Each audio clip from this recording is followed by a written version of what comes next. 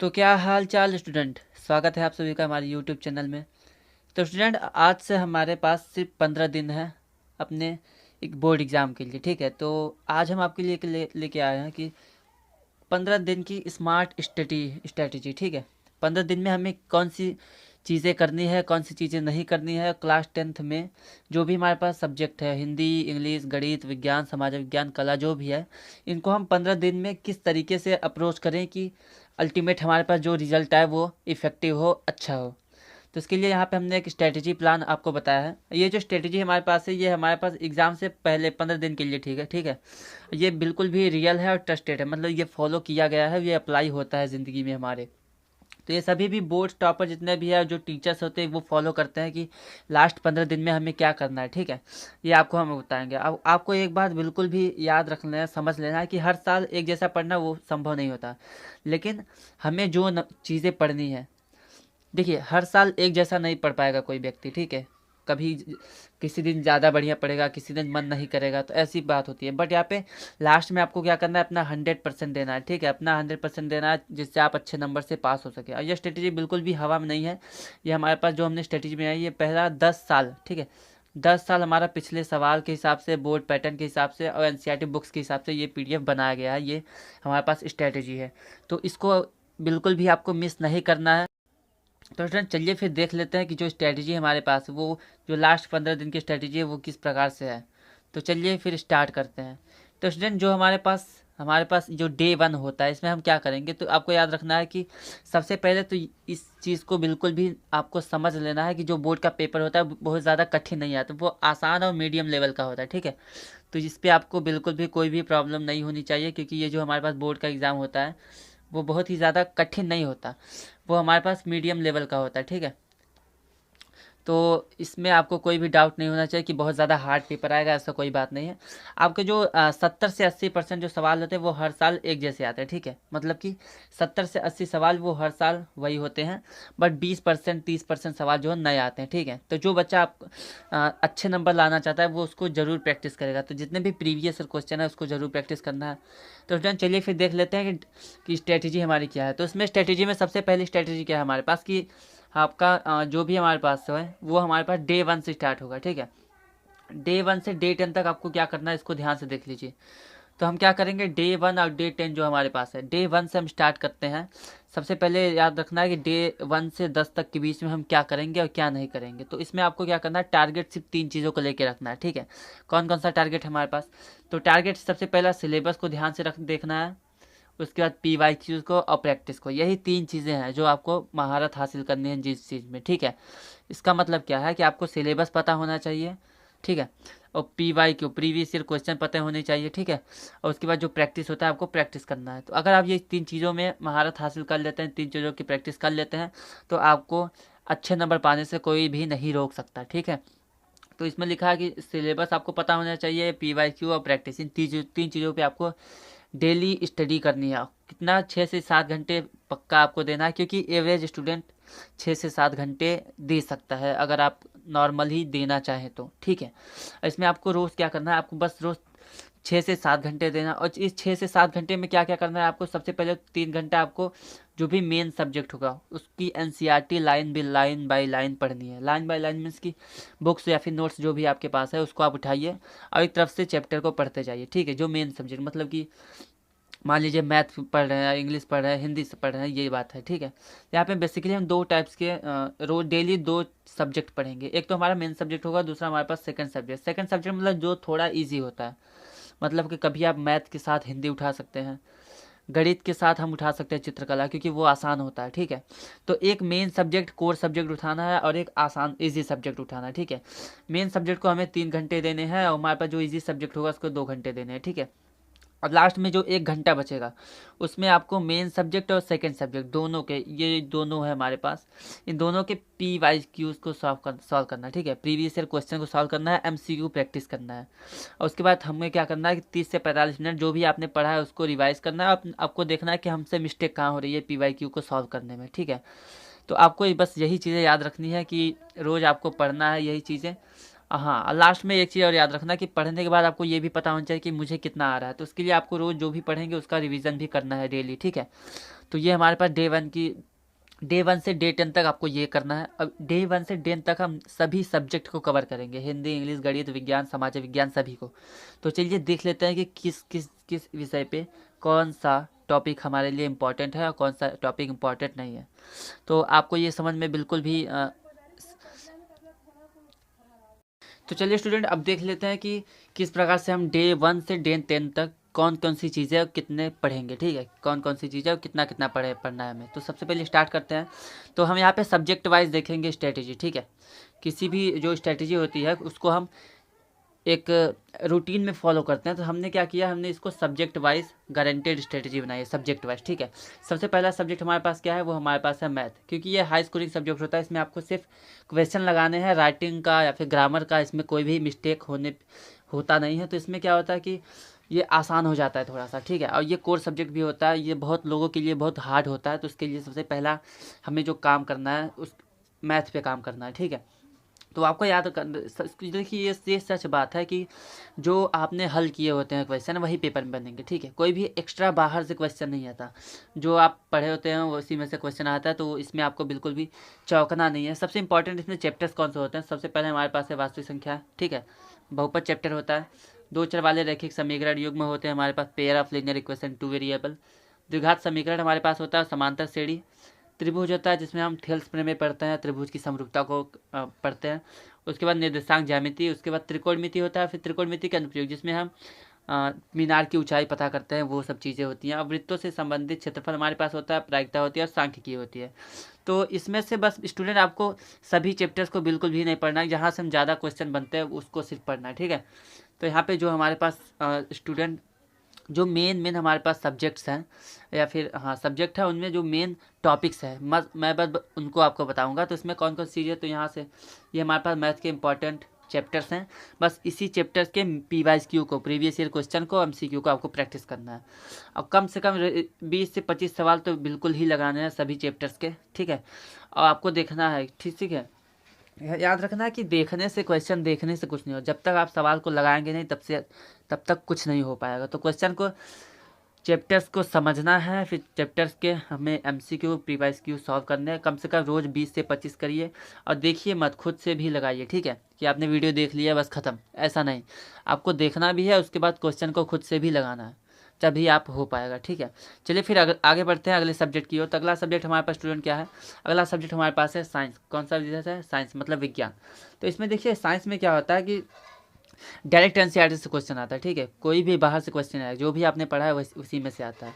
Math में हो सकता है कि मैथ में जो नंबर्स होते हैं वो चेंज हो जाते हैं, कि थीटा का मान चेंज हो गया या फिर वैल्यूज़ कोई चेंज हो गई, मीनार की ऊंचाई चेंज हो गई, तो कोऑर्डिनेट निर्देशांक चेंज हो गए। सवाल तो वही रहता है, बस थोड़ा सा बदल जाता है। लेकिन साइंस में ऐसा कुछ नहीं है। साइंस में जो भी आप पढ़ेंगे सेम टू सेम चीज़ें छप के आती हैं, तो बिल्कुल भी आपको इसमें दिक्कत नहीं होनी चाहिए। तो देख लेते हैं केमिस्ट्री में स्टूडेंट 3 चैप्टर हैं जो आपके लिए इंपॉर्टेंट है, ठीक है। तो पहला हमारे पास है रासायनिक अभिक्रिया एवं समीकरण वाला, जिसमें हमें अभिक्रियाओं को संतुलित करना होता है। उसके बाद हमारे पास अम्ल क्षार लवण होता है, जिसमें हम ब्लीचिंग पाउडर, धावन सोडा, उदासीनीकरण अभिक्रिया, POP, प्लास्टर ऑफ पेरिस, ये सब चीज़ें पढ़ते हैं, वो इंपॉर्टेंट होता है। उसके बाद तीसरा हमारे पास रसायन विज्ञान का जो चैप्टर है वो हमारे पास है कार्बन और उसके यौगिक। इसमें क्या होता है कि आपके पास हाइड्रोकार्बन दिए होते हैं और आपको क्या होता है उसमें उसका IUPAC नाम लिखना होता है। तो ये तीनों चैप्टर केमिस्ट्री के मतलब कि रसायन विज्ञान के लिए बहुत ही ज़्यादा इंपॉर्टेंट है, इसको आपको बिल्कुल भी मिस नहीं करना है। चलिए देख लेते हैं बायोलॉजी में। तो बायोलॉजी में 2 चैप्टर इंपॉर्टेंट है। कौन कौन सा हमारे पास, एक लाइफ प्रोसेस मतलब कि जो हमने पढ़ा है जैव प्रक्रम, वो चीज़ें हैं। उसके बाद नियंत्रण और समन्वय। जैव प्रक्रम में हम पाचन, श्वसन, उत्सर्जन पढ़ते हैं, ठीक है। और यहाँ पे हृदय भी पढ़ा जाता है, तो हृदय के बारे में भी आता है। और नियंत्रण और समन्वय जो भी हमारे पास ग्रंथियाँ होती हैं और किस ग्रंथि में कौन सा हार्मोन निकलता है, ये आपको पता होना चाहिए, ठीक है। चलिए देख लेते हैं फिजिक्स में। तो फिजिक्स में भौतिक विज्ञान में 2 चैप्टर्स बहुत ज़्यादा इंपॉर्टेंट है। पहला है प्रकाश का अपवर्तन तथा परावर्तन। इसमें हमें लेंस दर्पण के बारे में पढ़ना होता है, उसमें जो भी सवाल आते हैं उसको लगाना होता है। और दूसरा हमारे पास है विद्युत धारा, जिसमें हम ओम का नियम पढ़ते हैं। तो ये सब चीज़ें बहुत ही ज़्यादा इंपॉर्टेंट है, ठीक है। आपको याद रखना है साइंस में डायग्राम और न्यूमेरिकल का बहुत ज़्यादा महत्व होता है, ठीक है। आपके एग्जाम में क्या होगा कि डायग्राम और न्यूमेरिकल ये दोनों आते हैं, तो अगर आपने दोनों को मिस किया तो फिर आपका नंबर चला जाएगा, ठीक है। तो क्या करना है, बायोलॉजी के जितने भी डायग्राम्स होते हैं, हार्ट हो गया, ब्रेन हो गया, पाचन तंत्र, श्वसन तंत्र, उत्सर्जन तंत्र, हृदय, सभी का डायग्राम आपको आना चाहिए, ठीक है। और जो भी हमारे पास लेंस और दर्पण से रिलेटेड या फिर विद्युत धारा से रिलेटेड जो भी न्यूमेरिकल होते हैं, सवाल आते हैं, उसको भी आपको पढ़ना है। तो अगर आप इतना कर लेते हैं तो आपके जो नंबर होते हैं साइंस में वो पक्के हो जाएंगे, ठीक है। चलिए फिर बढ़ते हैं अगले सब्जेक्ट की हो। तो अगला सब्जेक्ट स्टूडेंट हमारे पास क्या है, वो हमारे पास है सामाजिक विज्ञान, हिंदी और इंग्लिश, ठीक है। तो सामाजिक विज्ञान में आपको क्या करना है, ये सबसे आसान होता है क्योंकि इसमें आपको बहुत चीज़ें लिखनी होती हैं, याद करने के लिए कम होता है, समझने के लिए ज़्यादा होता है। तो आपको क्या करना है, इसमें भी जितने भी कीवर्ड्स होते हैं, जितने भी हेडिंग्स होती हैं, उसको लिखना सीख लेना है, ठीक है। तो आपको साइंस, सोशल साइंस में पास होने से कोई नहीं रोक सकता।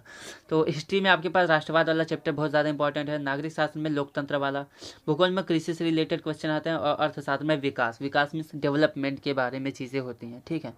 तो आपको इन सभी चीज़ों को पढ़ लेना है, और इन सभी चीज़ों के बाद हमारे पास मैप का भी क्वेश्चन आता है इसमें। तो मैप के बारे में भी आपको समझ लेना है कि कौन सी चीज़ें कहाँ है, जलियांवाला बाग हत्याकांड कहाँ हुआ था, ठीक है, ये सब चीज़ें कहाँ पे है, और इसको आपको डिनोट करने के लिए आता है। तो आपको बिल्कुल भी इसको मिस नहीं करना है। और आप याद रखना है कि जो डेट्स होते हैं वो बहुत इंपॉर्टेंट, डेट मतलब कि 1970, 1856, जो भी ईस्वी होती है, किस सन में कौन सी चीज़ें, कौन सी घटनाएं हुई थी, ये आपको बिल्कुल भी नहीं छोड़ना है, पक्का याद कर लेना है। और जो मैप वर्क होता है, मैप को भी देख लेना है अच्छे से, ठीक है, तभी आप समझ पाएंगे।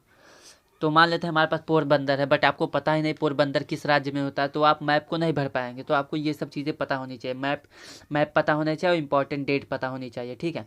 चलिए बढ़ते हैं हिंदी की तरफ। तो हिंदी में क्या होता है कि जो भी क्वेश्चन होते हैं वो गारंटेड होते हैं। गारंटेड मीन्स कि सभी अगर हर साल निबंध आता है, हर साल हमारे पास जीवन परिचय आता है, हर साल हमारे पास वही संधि विच्छेद रस छंद अलंकार आते हैं, तो आपको इसमें कोई भी डाउट नहीं होना चाहिए कि ये क्वेश्चन आएगा कि नहीं आएगा, क्योंकि इसमें गारंटेड मार्क्स होते हैं, ठीक है। तो इसमें आपको क्या करना है कि आपको डेली बस ज़्यादा कुछ नहीं, एक गद्य को सॉल्व करना है और एक पद्य को सॉल्व करना है, ठीक है।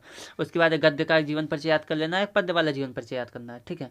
और हिंदी में क्या होता है कि हिंदी में बस दो चीज़ों याद रखनी है कि गद्य पद्य जो भी चीज़ें हैं तो उसे याद करना है, क्योंकि वो गारंटेड होती हैं। अगर आपको नहीं पता हिंदी में कौन कौन सी टॉपिक्स इंपॉर्टेंट है तो आप हमें कमेंट में कीजिए, हम आपके लिए इसको वीडियो प्रोवाइड करेंगे। तो इसमें क्या होता है, हिंदी में आपको सिर्फ राइटिंग और अच्छे तरीके से लिखेंगे तो आपका काम हो जाएगा, क्योंकि हिंदी में वही चीज़ें बार बार आती हैं, तो इसमें कुछ नया पढ़ना नहीं होता, जो आपने पढ़ा है वही आएगा एग्जाम में।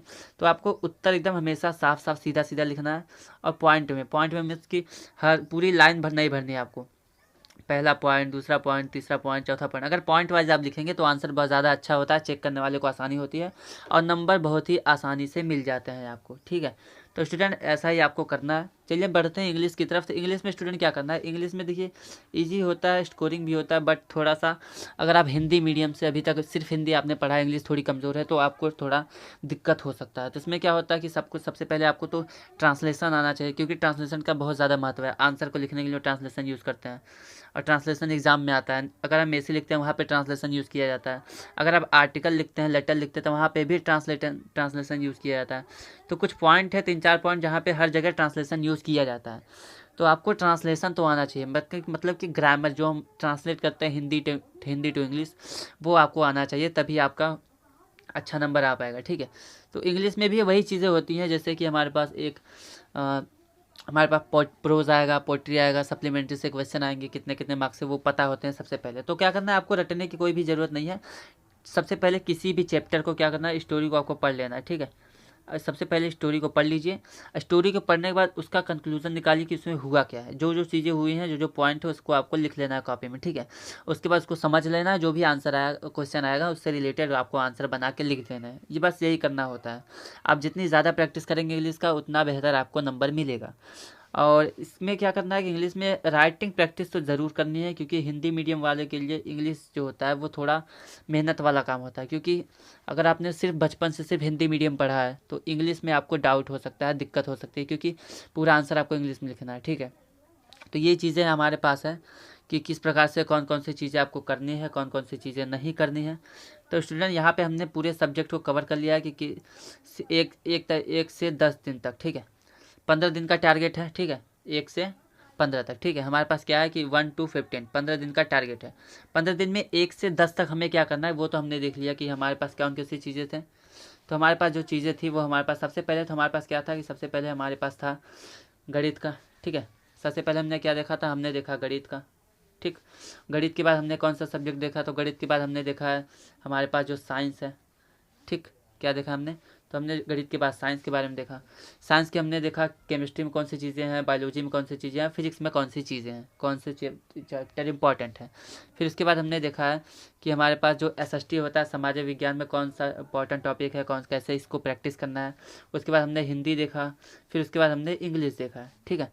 तो ये सब चीज़ें हैं हमारे पास जिसको आपको प्रैक्टिस करना है, इस तरीके से अप्लाई करना है। क्योंकि देखिए ये अगर आपने कुछ ना कुछ पढ़ा है तो ये अगर आप इसको प्रैक्टिस कर लेते हैं तो आपके पास जो मैक्सिमम मार्क्स अधिक आ सकते हैं, ठीक है। क्योंकि मार्क्स आने के चांसेस ज़्यादा है, क्योंकि अगर आप पूरे साल भर आपने अच्छा पढ़ा है बट आपने लास्ट में 15-20 दिन क्या करना है क्या नहीं करना है उसको आप फॉलो नहीं करेंगे स्ट्रेटेजी वाइज प्लान के हिसाब से, तो क्या होता है कि कहीं कहीं पे आपने अच्छा पढ़ा होता है बट अप्रोच उतना अच्छा नहीं हो पाता, ठीक है। तो अल्टीमेट स्कोर जो होता है वो कम हो जाता है। तो अगर आपको अपना स्कोर अच्छा करना है, अच्छे नंबर चाहिए, तो आपको एक स्ट्रेटेजी फॉलो करनी है, ठीक है। ये स्ट्रेटेजी बहुत ही अच्छी है। चलिए फिर आगे बढ़ते हैं, अगले क्वेश्चन मतलब कि अगले स्लाइड पे देखते हैं क्या हमारे पास है। तो देखिए हमारे पास 1 से 10 तक हमने सब कुछ कर लिया, ठीक है। सिलेबस इस तरीके से हमने कवर कर लिया। कवर मीन्स कि हमने प्रैक्टिस की है पूरे सिलेबस की कि किस सब्जेक्ट में कैसा हमें अप्रोच रखना है, उसको पूरा कैसे करना है, उसकी तैयारी कैसे करनी है। अब 10 से 11 दिन, ठीक है, जो हमारे पास 10वां 11वां दिन है उसमें हमें क्या करना है, उसमें आपको सिर्फ मॉडल पेपर सॉल्व करने हैं सभी सब्जेक्ट के, ठीक है। तो डेली आपको 2 मॉडल पेपर सॉल्व करने हैं। आपके पास 11 से 3 दिन मतलब कितना है, 11 है, 12 है, 13 है, टोटल 3 दिन आपके पास है। तो 3 दिन में आपको क्या करना है, मैथ के 2 क्वेश्चन, 2 मॉडल पेपर, ठीक है। मैथ के 2 मॉडल पेपर, उसके बाद साइंस के 2 मॉडल पेपर, उसके बाद इंग्लिश के, फिर हिंदी के और फिर SST के, सोशल साइंस के, ठीक है। तो इतने मॉडल पेपर आपको सॉल्व कर लेना है। 2-2 मतलब कि हमारे पास कितना हो जाएगा, 2 2 2 2 2 टोटल कितने हो जाएंगे, 10 मॉडल पेपर हमने सॉल्व कर लिया, ठीक है। तो जब अगर आपने सभी के 2-2 मॉडल पेपर सॉल्व किए होंगे तो आपको एक अप्रोच मिलेगा, एक आइडिया होगा कि किस तरीके से क्वेश्चन आता है, किस तरीके से हमें इसको सॉल्व करना है, ठीक है। तो लास्ट जो हमारे पास 3 दिन हो गए 11 से 3 दिन तक, उसमें हम क्या करेंगे, सिर्फ मॉडल पेपर सॉल्व करेंगे, अप्रोच पता करने के लिए किस तरीके से हमें डील करना है क्वेश्चन के साथ, ठीक है। इसमें आपको रोज़ डेली 2 मॉडल पेपर सॉल्व करने हैं। हाँ, याद रखना है कि आपको टाइमर के साथ सॉल्व करना है, ठीक है। टाइम आपके पास क्या होता है, एग्जाम में आपके पास 3 घंटे 15 मिनट होते हैं, 15 मिनट पढ़ने के लिए, तो अल्टीमेट हमारे पास 3 घंटे बचे होते हैं, ठीक है। तो आपको क्या करना है, आपको कम से कम 2.5 घंटे का टाइमर लगाना है, ठीक है। अगर जब आप 2.5 घंटे का टाइमर लगाएंगे तो कोशिश करेंगे कि जल्द से जल्द हो। तो जो हमारे पास 2:40 2:50 तक भी जाएगा तो हमारे पास जो मॉडल पेपर है वो बिल्कुल ही सही जाएगा, ठीक है। उसमें कोई भी डाउट नहीं रहेगा, क्योंकि आपने क्वेश्चन पेपर सॉल्व किया है तो इसमें क्या होता है कि 3 घंटे का टाइम है और आप समय से पहले पूरा कर पाएंगे एग्जाम में, अगर आपने प्रैक्टिस की होगी, ठीक है। और याद रखना है कि जब भी हमारे पास प्रैक्टिस हो जाए हमारी, तो आपको चेक करना है कि हमने कितने आंसर खुद से सही किए हैं और कितने गलत किए हैं, ठीक है। और गलती जो भी है आपको अपनी गलती को सुधारना है, ठीक। तो स्टूडेंट गलती को सुधारना है, उसको बाद में करेक्ट करना है। इससे क्या होगा कि आपका एग्ज़ाम में कोई भी गलती नहीं होगा। अगर आपने पहले ही अपनी गलती को सुधारा है तो बाद में एग्ज़ाम में आपको कोई भी दिक्कत नहीं होगी, ठीक है।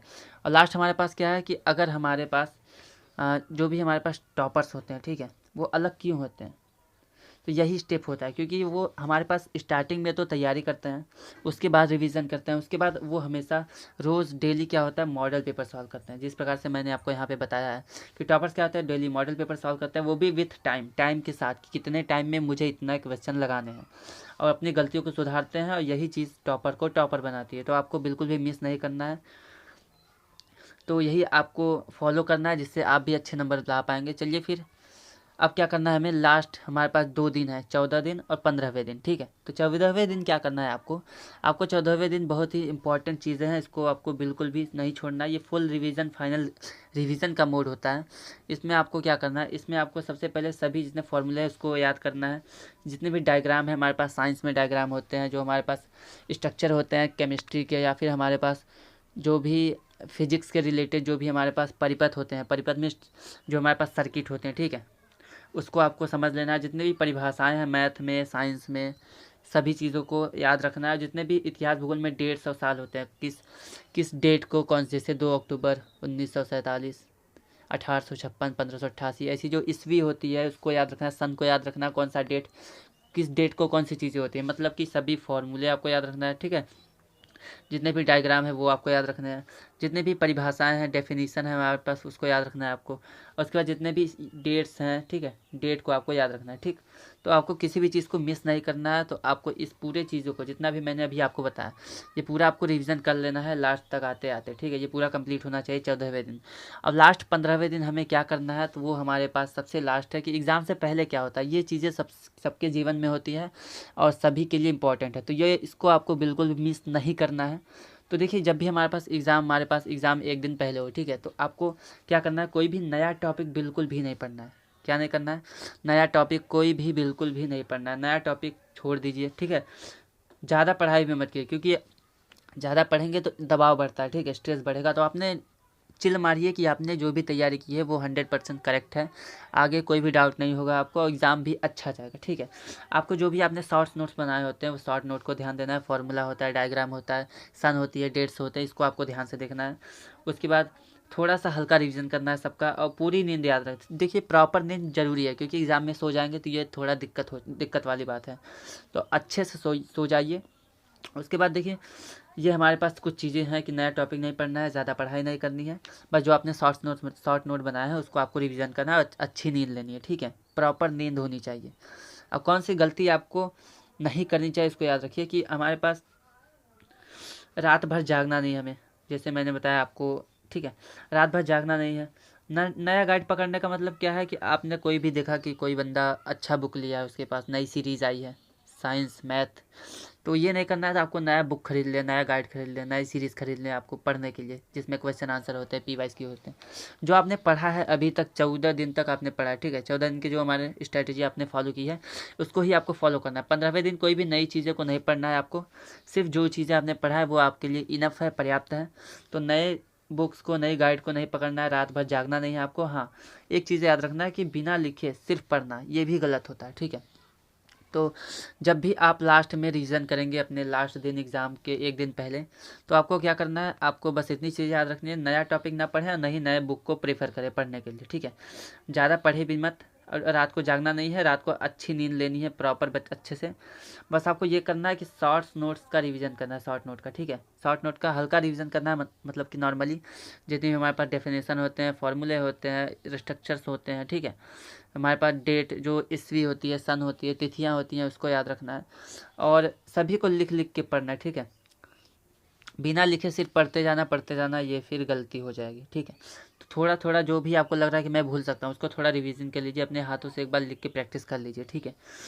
तो बस इतना ही है आपके पास है। तो ये हमारे पास एक हल्का सा रिवीजन होता है। रिवीजन मोड के लिए क्या करते हैं, रिवीजन मोड के लिए आपको क्या करना है कि जितने भी सब्जेक्ट हैं, मान लीजिए हमारे पास हिंदी है, ठीक है, तो हिंदी के लिए क्या करेंगे, तो हिंदी के लिए एक दिन पहले आपको सिर्फ उसका मॉडल पेपर या फिर जो प्रीवियस ईयर पेपर होता है उसको आपको देख लेना है, ठीक है। मॉडल पेपर देख लेना है, सॉल्व नहीं करना है, आराम से देख लीजिए। अब देख लीजिए आपको इतने क्वेश्चन यहाँ से यहाँ से यहाँ से, बस आपको एक बार आइडिया लग जाएगा कि क्वेश्चन पेपर में कहाँ से कौन सी चीज़ें छप रही हैं, ठीक है। इसी प्रकार से आपको इंग्लिश का भी करना है, उसको साइंस भी करना है, मैथ का भी करना है, ठीक है। पूरे मॉडल पेपर को एक दिन पहले ज़रूर देख के जाना है, जिससे आइडिया लग जाए कि कितने क्वेश्चन कहाँ कहाँ से आ रहे हैं, ठीक है। तो स्टूडेंट, ये हमारे पास एक स्ट्रेटजी प्लान थी जो हमने फॉलो किया है अभी तक। तो अगर आपको ये वीडियो पसंद आया हो तो इसको, आपको पता है क्या करना है। अगर आपको ये वीडियो पसंद आया तो चैनल को सब्सक्राइब करें, वीडियो को लाइक शेयर करना ना भूलें। और अगर आपको लगता है कि यूपी बोर्ड में पास होना मुश्किल है तो ये बिल्कुल भी गलत है, ठीक है। यूपी बोर्ड में पास होना बिल्कुल भी मुश्किल नहीं है, ये बिल्कुल आसान है। बट अगर आपने कुछ नहीं पढ़ा है तो आप अगर इसको ईमानदारी से 15 दिन तक फॉलो कर लेते हैं, ठीक है। कितने दिन तक, मात्र हमारे पास आपके पास 15 दिन है, ठीक है। अगर आप 15 दिन तक फॉलो कर लेते हैं तो आपको पास होने से और अच्छे नंबर लाने से कोई नहीं रोक सकता, ठीक है। क्योंकि बोर्ड पास करना मुश्किल नहीं होता, ठीक है। मुश्किल ये होता है कि आप इस स्ट्रेटजी को फॉलो कर पाते हैं कि नहीं। अगर आप इस स्ट्रेटजी को 15 दिन तक फॉलो कर लेते हैं तो अगर आप एवरेज स्टूडेंट है, आपने बहुत कम पढ़ा है, हल्का फुल्का इधर उधर बस आपने चिल मारा है साल भर पूरे, तो भी कोई डाउट नहीं है। आप ईमानदारी से 15 दिन तक स्ट्रेटजी को फॉलो कीजिए और आपके जो अच्छे नंबर है वो पक्का आएंगे। तो स्टूडेंट, अगर आपको लगता है कि पास होना मुश्किल है तो कोई इसमें मुश्किल नहीं है पास होना, बस आपको स्ट्रेटजी को फॉलो करना है। फॉलो करने के बाद बस आपको 15 दिन देने हैं, ठीक है, तो आपके अच्छे नंबर पक्का आएंगे। और अगर आपने पढ़ा है, अच्छे से तैयारी की है अपने बोर्ड एग्ज़ाम की, ठीक है, तो अगर आपने बोर्ड एग्ज़ाम की अच्छे से तैयारी की है तो आपको इसमें से अच्छे नंबर लाने से कोई नहीं रोक सकता। तो आप बिल्कुल भी अच्छे नंबर लाएंगे और हो सकता है कि अच्छे मार्क्स आए, सब में 80 90% पक्का आ जाएगा, ठीक है। तो अगर आपने स्ट्रेटजी को आप फॉलो करते हैं तो हमारे कमेंट में यस लिखें, ठीक है। और अगर इसके लिए एक्साइटेड हैं तो कमेंट में 80 प्लस 90 प्लस जो भी आपका टारगेट है, टारगेट को कमेंट में लिखें। थैंक यू स्टूडेंट आपको ये वीडियो देखने के लिए, और अगर आपको एग्ज़ाम के लिए बेस्ट ऑफ लक। ठीक है, आप अच्छे नंबर आए, हमारी दुआ है कि आप अच्छे नंबर आए, अच्छे मार्क्स गेन करें, अपने माँ बाप का नाम रोशन करें। चलिए फिर मिलते हैं अगले इम्पॉर्टेंट क्वेश्चन के साथ, अगली स्ट्रेटेजी के साथ, वीडियो के साथ। अगर आपको ये 15 दिन की जो स्मार्ट स्ट्रेटेजी है ये आपको अगर पसंद आई है, अगर आपको ये पसंद आया तो हमारे क्लास 10th का जो हमने स्ट्रेटेजी बताई है, तो वीडियो को लाइक करें, चैनल को सब्सक्राइब करें, शेयर करना ना भूलें दोस्तों के पास, क्योंकि दोस्त को भी पास करवाना आपकी गारंटी होती है, क्योंकि दोस्त जो होता है वो दोस्त नहीं भाई होता है। तो आपको क्या करना है, वीडियो को शेयर करना है अपने भाइयों के साथ, दोस्तों के साथ, जिससे वो भी इस मास्टर प्लान का लाभ उठा सके, अच्छे नंबर गेन कर सके।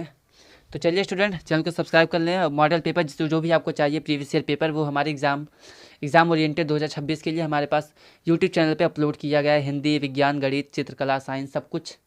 तो आपको उसको ज़रूर से देखना है, चैनल को सब्सक्राइब कर लें। चलिए फिर मिलते हैं अगले इंपॉर्टेंट वीडियो के साथ। जो भी आपको डाउट हो आप हमें कमेंट में कर सकते हैं, और आपके जो स्ट्रेटेजी है, जो भी आपका टारगेट है, उसे कमेंट में बताएं कि कितना % आपका टारगेट है। चलिए फिर मिलते हैं अगले वीडियो में, तब तक के लिए धन्यवाद।